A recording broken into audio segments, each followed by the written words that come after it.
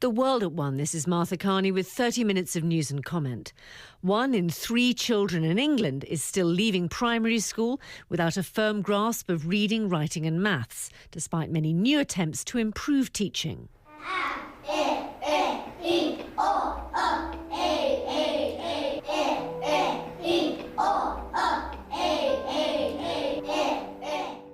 You make your mark. I mean, it's a very human thing to want to make your mark. You know, in the Stone Age, it was a hand against the walls. Handwriting is a unique skill. It's not like running and jumping, even playing football.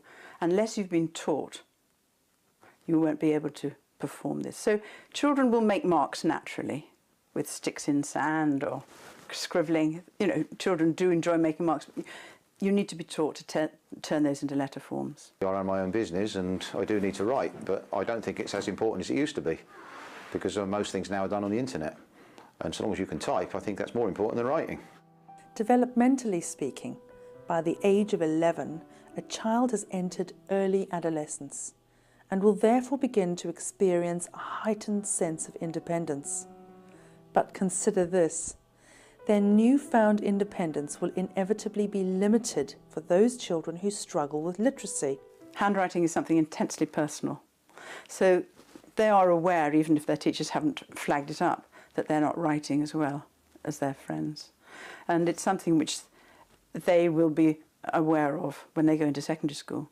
But what is much more important is that when they go through to secondary school, they can't access the curriculum if they can't write completely independently, if they can't write without undue effort, what we call automatically.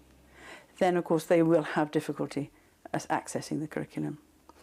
We have a problem in the UK, which the system is broken. We've got teachers who are coming in who themselves don't know how to write properly.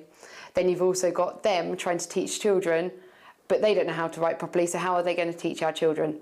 There is nothing normal about handwriting. It is a taught skill.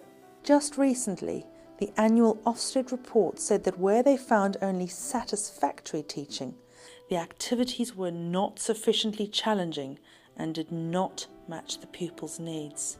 Well, I think it's very sad, really, in a country where our education is meant to be world class, that we have statistics like this. And of course our rankings in the World Education League tables has fallen dramatically in the last 10 years. To explain that what is needed is a method and not a model, because all that has been done in the intervening 25 years have been people made a lot of money out of copybooks who didn't know anything about handwriting but thought their own letters were adequate or their own letters were the best and children had to copy.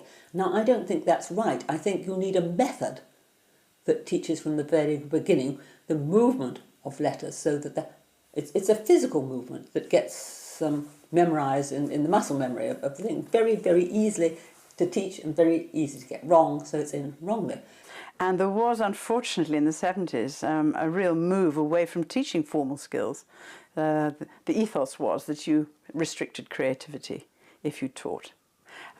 So we now have a generation of young teachers who perhaps were never taught themselves. So now that they're required to teach, it's in the national curriculum, they are required to teach handwriting, they're not skilled enough to do so. This series follows the learning journey of a dozen children, challenges current teaching methods, and asks if we can empower the third who are currently left behind. So what we did is we've come up with a range where they've all got special ergonomic grip zones that promote the kids to hold the pen in the correct way. Unless you can move across the page fast, comfortably and fluently, you can't get your ideas down. So this is really like a tool. You can't dig a hole if you don't have a spade.